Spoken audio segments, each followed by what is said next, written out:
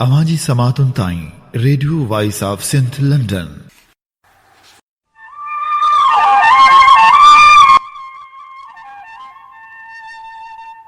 सेई जोबन ॾींहुं जॾहिं सॼण सफ़र हलिया, रुआं रहन न सुपरी आयल करियां की, मूंखे चाढ़े चीं वियो फणजारो ओहरी। भलारे भिटाई जे भलारे बैत सां मुंहिंजी आवाज़ मुसाफ़िर Radio voice of Sindh London तां थी दुनिया जी कुंड कुड़िछ ताईं जिते जिते ॿुधिजे पियो, उन्हनि मिड़नी महिरबाननि खे सिक भरियो सलाम शाल क़बूल पवे। सिंध में वॾे वक़्त खां ॼण ते विछोड़ण वारी मुंद टिकी पई आहे। काल बि नामियारो शाइर ऐं लेखक सतार पीरज़ादो बि अलविदा जी अजरक वठे हमेशह लाइ आरामी थी पियो। संस याद में ख़ासि प्रोग्राम खणी आवां जी ख़िदमत में हाज़िर हबीब लगारी।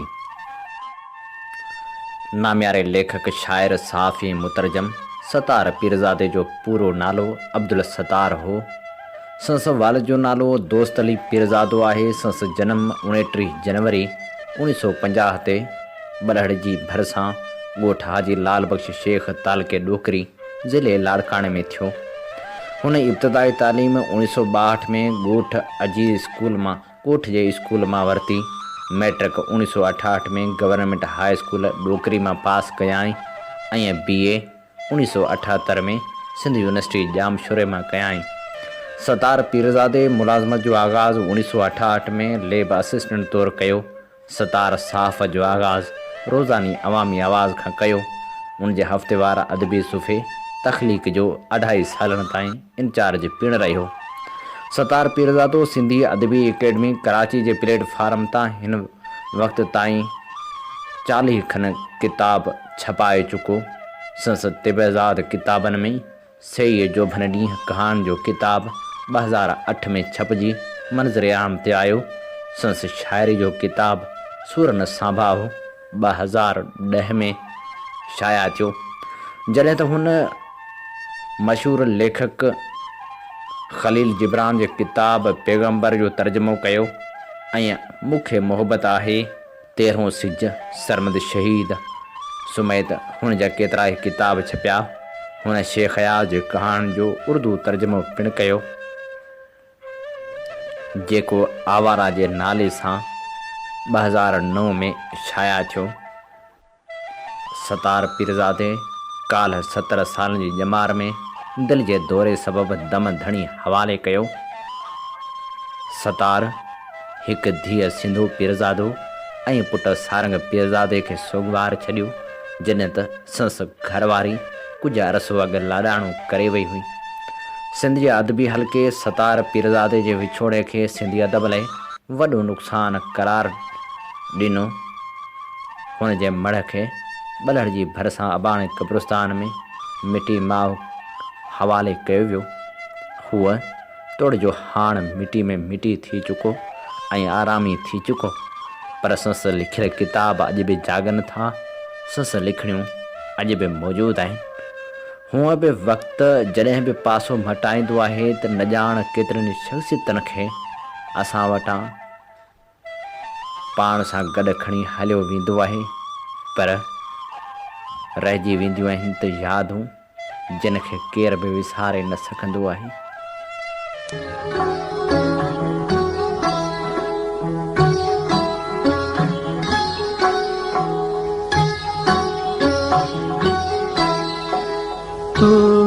छोड़ा समय ज़माना हर ज़माना हर ज़माना तो लुटा से खुशिए जा खजाना हर ज़माना हर ज़माना।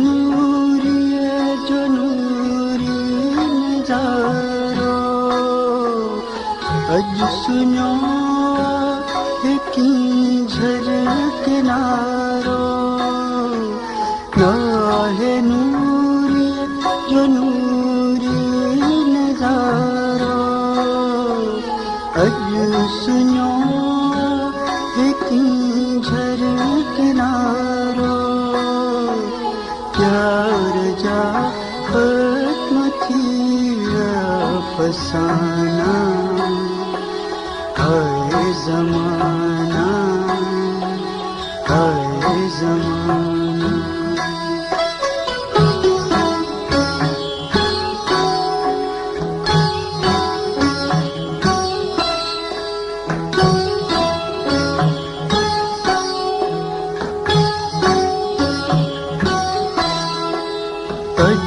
अजनाहिन रंगीन रातों अजनाहिन रंगीन रातों अजनाहिन कुर्बन जो कातों अजनाहिन कुर्बन जो कातों जड़ इश्क जास्ताना हाय ज़माना हाय ज़माना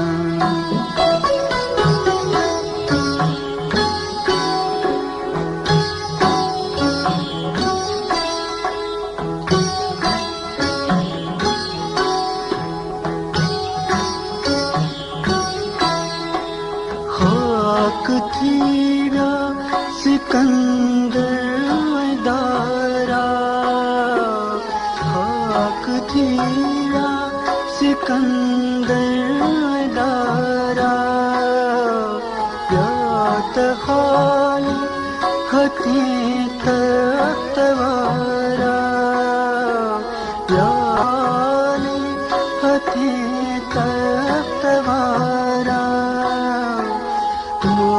तजे तेरा क्या निशाना हाय ज़माना हाय ज़माना तो बिछोड़ा समय है ज़माना हाय ज़माना हाय ज़माना तो लुटा से खुशिये जा खजाना हाय ज़माना हाय ज़माना।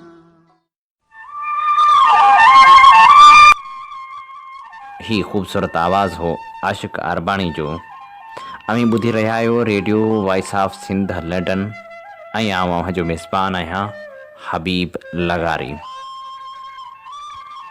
असीं अॼु नाले वारे लेखक शाइर ऐं सहाफ़ी सतार पीरज़ादो जी वफ़ात ते ख़ासि प्रोग्राम अव्हां जी ख़िदमत में पेश करे रहिया आहियूं।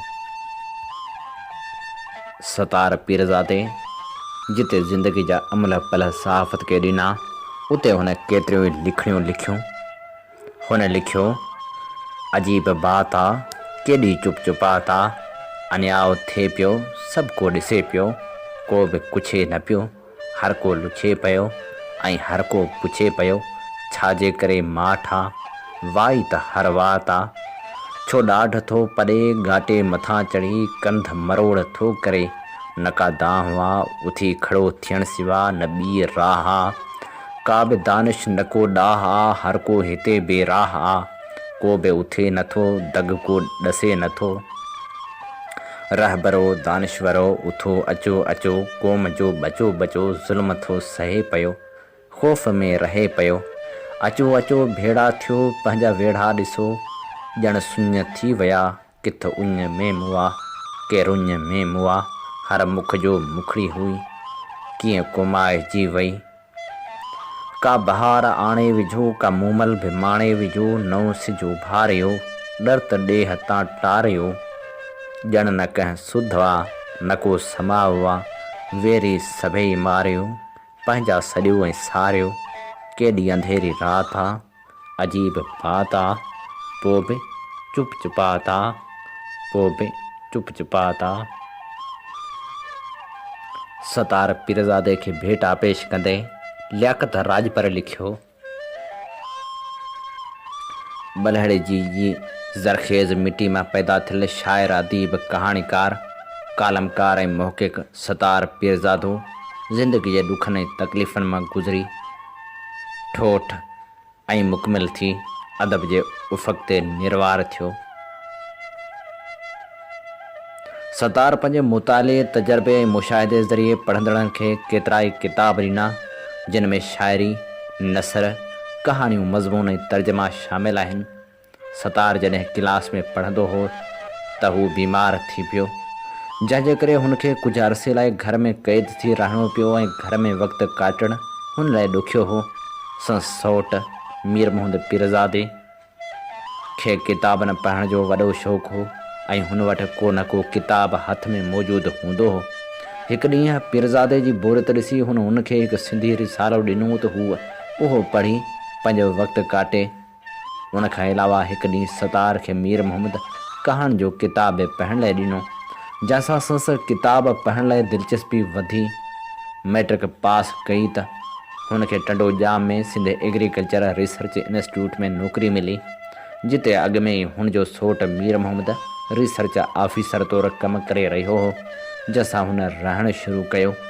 नौकरी दौरान मीर मोहम्मद जी सोबत में सतार खे अदब सां वॾो लगाव पैदा थी वियो छो जो मीर मोहम्मद हमेशह को न को किताब ख़रीद कंदो हुयो ऐं पोइ हू राति जे वक़्तु सुम्हण खां अॻु या वरी वांदकाई वारे वक़्त ते किताब वॾे आवाज़ सां पढ़ंदो हो ऐं सतार उहो किताब ॿुधंदो हो। जॾहिं सतार हैदराबाद लॾे आयो त हुनजे अंदर में जेका अदब जी चिणक ॿरी हुई उहा हैदराबाद में अची बाह थी भड़की। हिन शहर में सतार खे भरपूर ऐं मुकमिल अदबी माहौल मिलियो जिते हर रोज़ अदबी मेड़ाका थींदा रहंदा हुआ जिन में हू अक्सर शिरकत कंदो हो। उन ज़माने में माहवार सोणी बि पंहिंजे उरूज ते हुयो जेको हू बाक़ाइदगी सां ख़रीद करे जल्द पढ़ी पूरो कंदो हुयो ऐं वरी नए रिसाले जो इंतज़ारु कंदो हो। हुनखे सोणी रिसाले जे एडिटर तारिक अशरफ सां मिलण जो वॾो शौक़ु हुयो। सो हिकु ॾींहुं खोखर पाड़े खां लंघंदे हुनजी नज़र सोणी जी ऑफिस ते पई। हू वञी तारिक अशरफ सां मिलियो जंहिंसां हुनजी दोस्ती सीमेंट वांगुरु मज़बूत थींदी वई जेका आख़िर ताईं निभाई वई। हाणे सतार नौकरी खां पोइ तारिक अशरफ वटि अची वेंदो हुयो ऐं जेकॾहिं तारिक मसरूफ़ हूंदो हुयो त हुनजी लाइब्रेरी मां किताब खणी पढ़णु लॻंदो हुयो। सतार पहिरियों मज़मून शेख हयात जी शाइरी ते लिखियो छाकाणि जो हू शेख हयात जो न सिर्फ़ु परस्तार हो पर हुनजो वॾो मोतक़िद हुयो ऐं हुनजी उहा ख़्वाहिश हुई त हू हुन सां मिले। शेख हयात खां मुतासिर थी सतार पाण बि शाइरी करणु शुरू कई ऐं हिकु ॾींहुं रोज़ानी हिलाल पाकिस्तान जी ऑफिस में वञी निकितो जिते अनवर पीरज़ादो दस्तगीर भट्टी असलम आज़ाद ऐं ॿिया दोस्त कमु कंदा हुआ। पोइ सभु गॾिजी करे कम मां फ़ारिग़ थी कचहरी कंदा हुआ।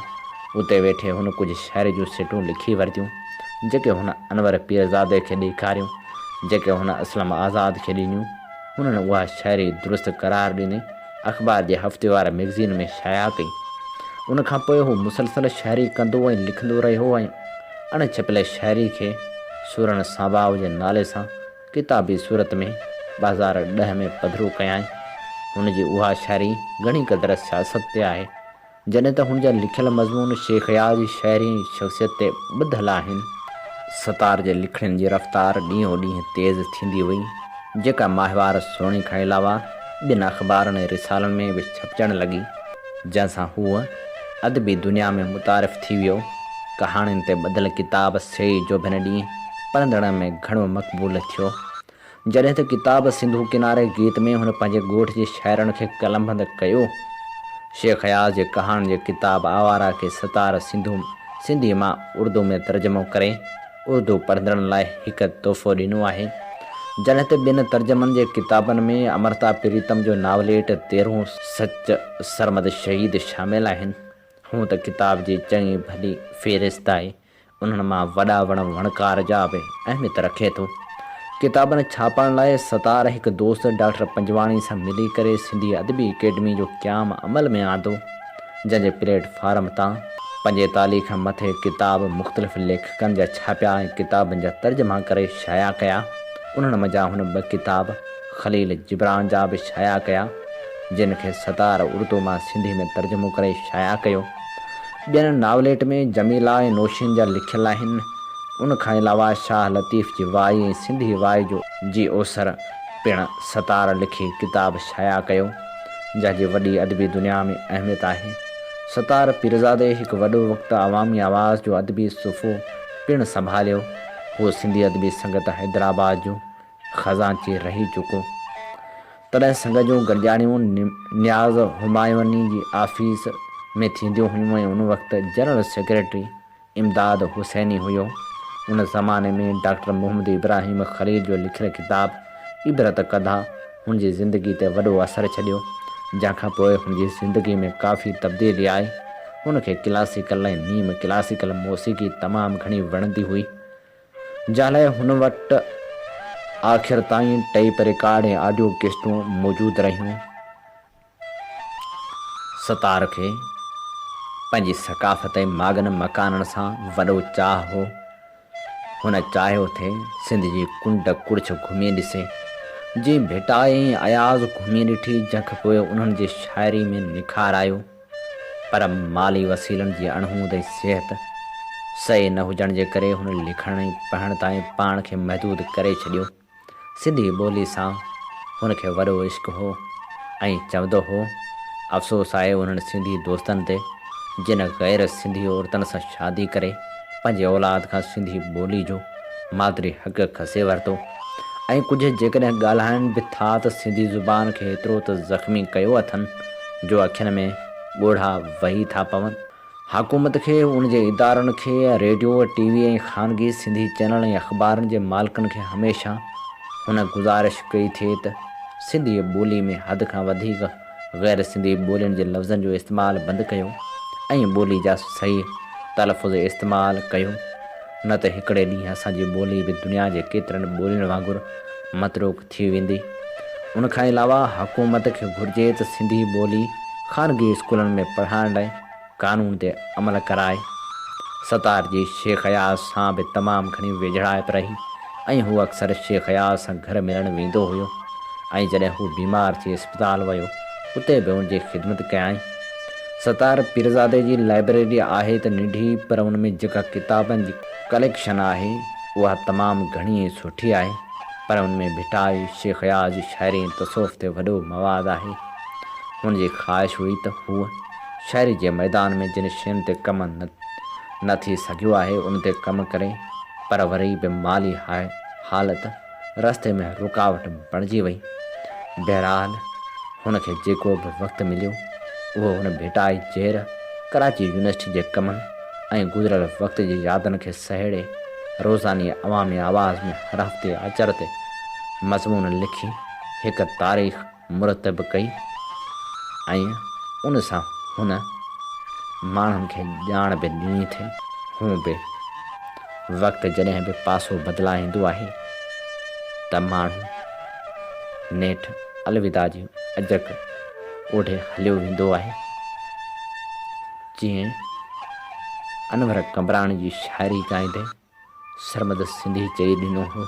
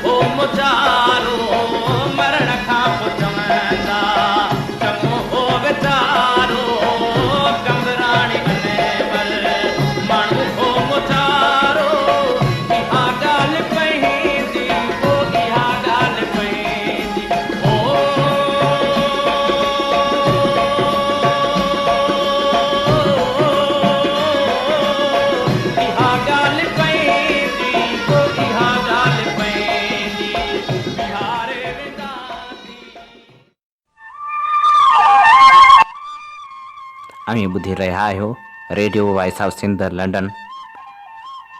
नाम्यारे शाइर, लेखक ऐं सहाफ़ी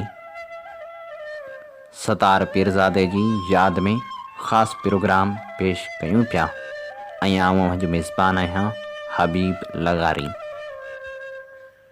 सतार पीरज़ादो न सिर्फ़ सुठो शाइर हो, पर हू दिलि में धरती जो दर्द रखंदड़ लेखक पिणु हो। हुन जॾहिं बि लिखणियूं लिखियूं त हुन धरती खे न विसारियो। हुन अवाम जे अंजण ते कलम खयो ऐं मिसकिन माण्हुनि जे आवाज़ खे अवाननि ताईं पहुचायो। सिंध में जॾहिं ॿोॾ वारी सूरत थी हुई, तॾहिं सतार पीरज़ादे लिखियो हो, वस वस वसे कर वस ॾाढा ॾींहं थिया अथई।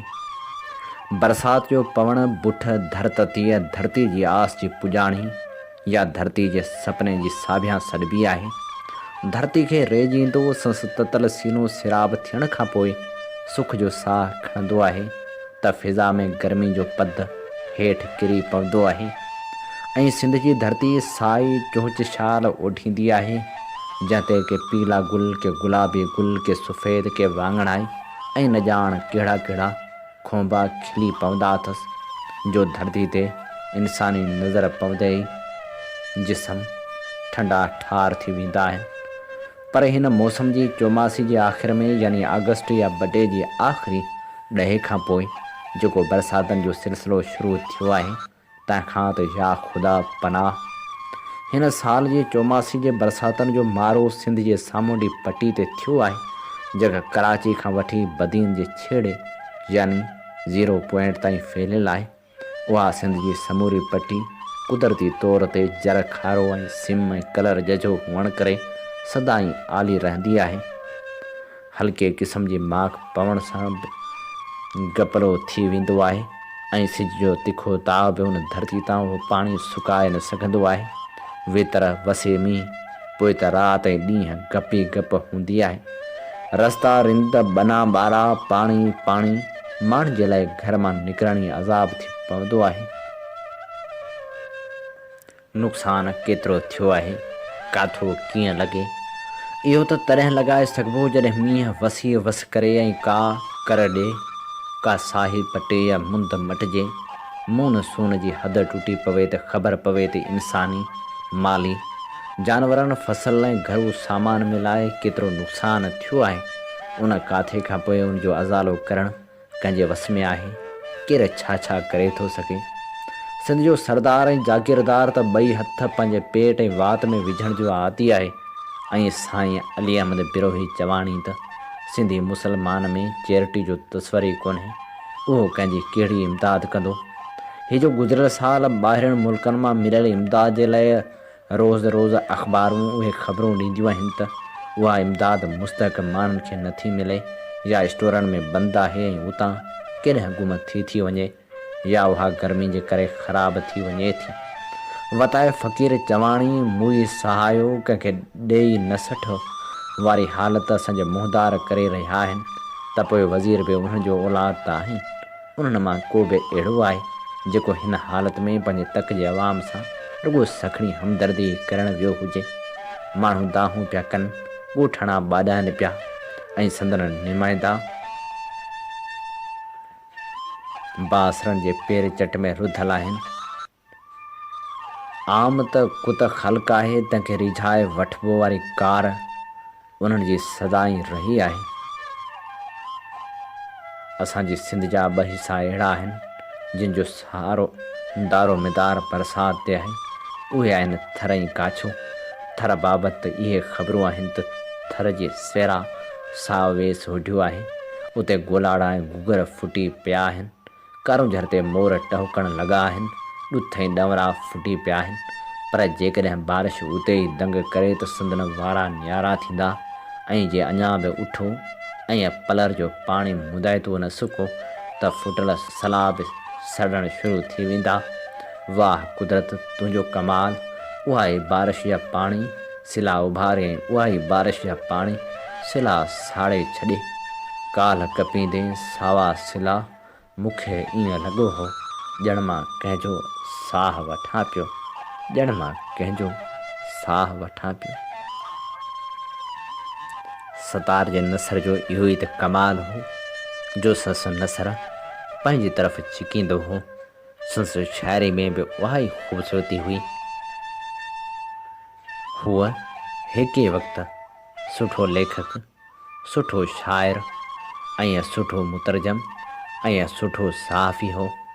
संसु ख़िदमतूं सिंध सदाईं सारींदी, संसु किताब सदाईं हुनजो पतो ॿुधाईंदा ऐं हूअ दिलि जे दरसगाहनि में हमेशह महफ़ूज़ रहंदो। ऐं जिन खे हुन विछोड़े जो वरलाप ॾिनो आहे उहे सदाईं सारींदा ऐं चवंदा रहंदा,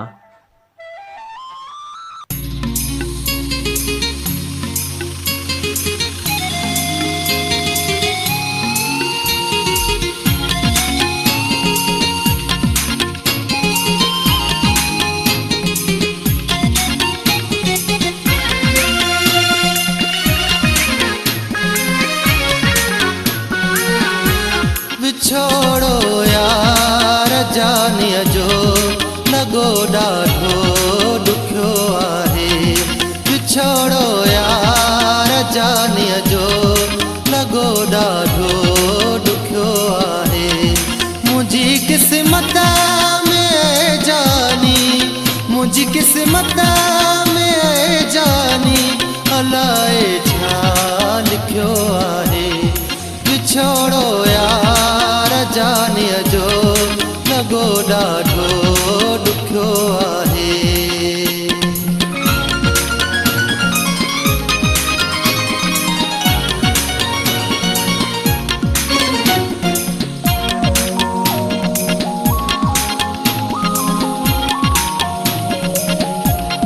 सनम दीदार तुंहिंजे लाइ सिका प्यारा सारे सनम दीदार तुंहिंजे लाइ सिका प्यारा सारे मां। सजण जी यादगिरीअ में मुंहिंजो जीअड़ो दुखियो आहे। मुंहिंजी क़िस्मत में जानी अलाए छा लिखियो आहे। छोड़ो यार जानीअ जो लॻो ॾाढो ॾुखियो आहे।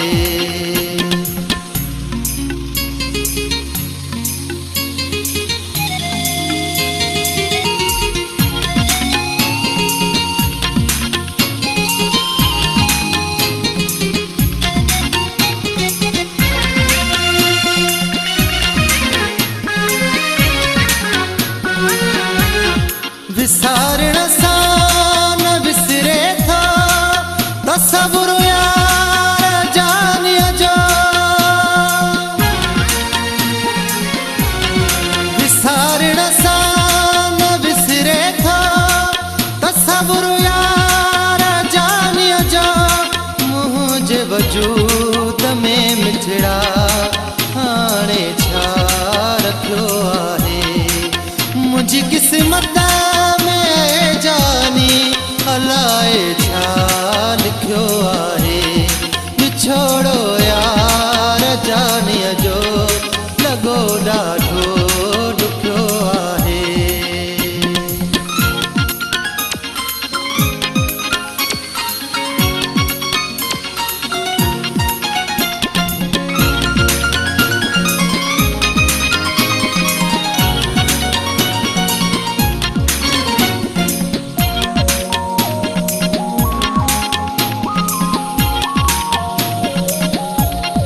हुज़ूरण हाल हीणो आ रुखायल ज़िंदगानिया।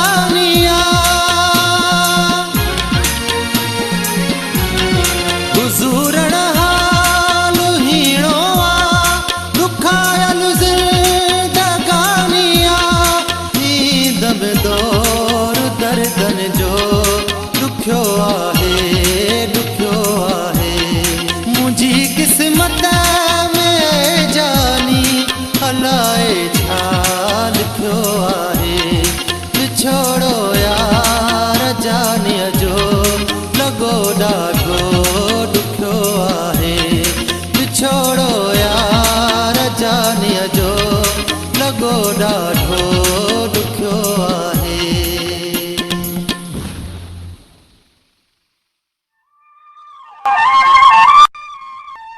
सतार पीरज़ादो ख़ूबसूरत शाइर बि हो। ऐं हाणे प्रोग्राम में शामिल करियूं था संस ख़ूबसूरत शाइरी। सभ खां पहिरियां पेश आहिनि संस ख़ूबसूरत बैत।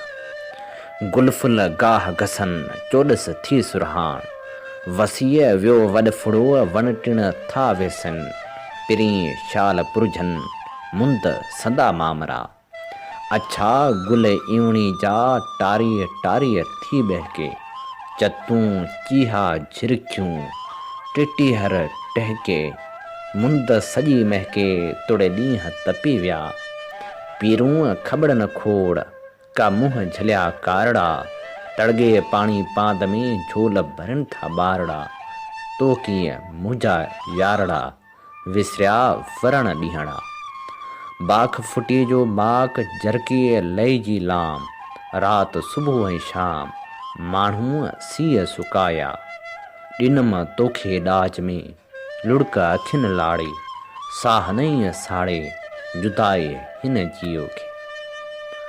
सतार पीरज़ादे दोहा बि लिखिया ऐं हुन लिखियो, आओ हली हिकु वार टली अङण उजारे वञ, मन में माठी चिणग मिठी बंभट ॿारे वञ, जेॾी कारी राति तेॾा रोशन नेण, कीअं न बखजन तिन सां मुंहिंजा आता नेण, अखड़ियूं खोल त ओतियां तिन में पंहिंजे मन जी जूत, ऊंदाहियूं सभु रोशन बणजन मुंहिंजे दिलि जा होत, जंहिंजा गल गुलाब खिड़ियल निर्गस जहिड़ा नेण, से मुंहिंजा साजन सरती से मुंहिंजा सेण, लाए प्रीत निभाइण सरता आहे पंहिंजी रीत, मोहे माणन साण न मारिज जड़ लाए ना जीत, साथीअ सारे हंझूं हारे हीअ अयाणी केर, राह निहारे सिजो भारे कंहिंजा घटई घेर, राति वसायम वॾ फुड़ो तोखे सारे सेण,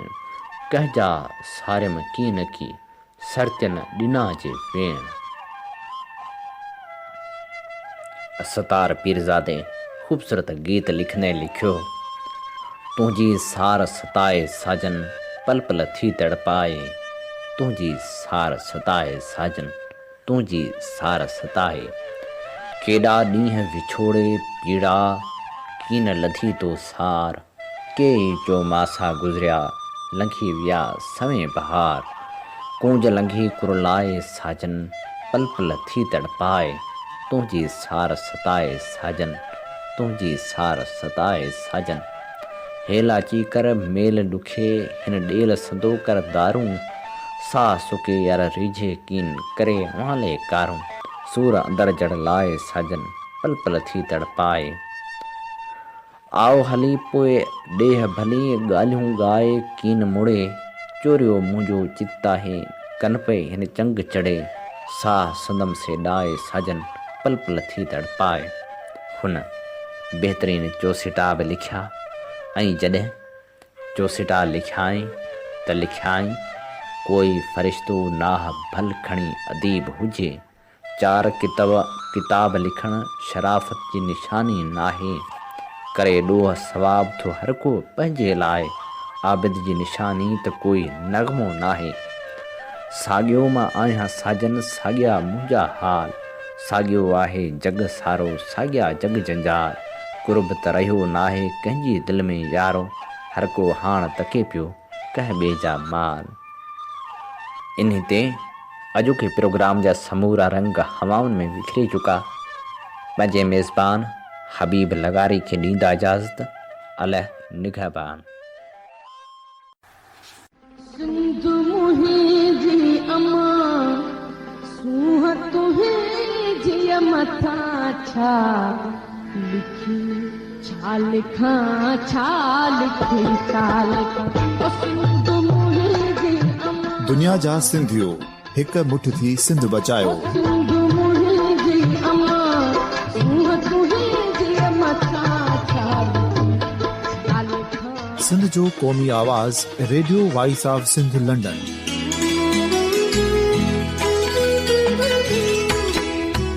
radio voice of Sindh London पंहिंजी नशरियात में सिंध जी सियासत, समाज, इक़्तिसादियात, तारीख़, क़ौमी उमंगुनि ऐं इख़्लाक़ियात मुतलिक़ सिंध जी हक़ीक़ी तर्जुमानी कंदे प्रोग्रामनि खे असराइतो बणाइण लाइ सिंध जे घण घुरनि ऐं धरतीअ सां प्यार कंदड़ अदीबनि, दानिशवरनि, सहाफ़ियुनि, उस्तादनि, वकीलनि ऐं हर तबिके जे मानवारनि सजणनि खे सिंध में शऊरी इनकलाब लाइ सहकार जो सॾु ॾियूं था। अचो त गॾिजी सूफ़ियुनि ऐं संतनि वारी सिंध जो ओज हिकु मुठ थी वरी वापसि आणण वारे सफ़र जा साथारी बणिजऊं।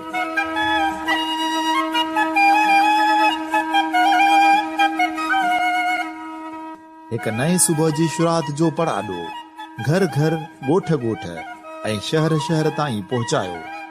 शाल सिंध आबाद ऐं ख़ुशहाल थिए, सिंधी माण्हू सुखियो ऐं सताबो थिए।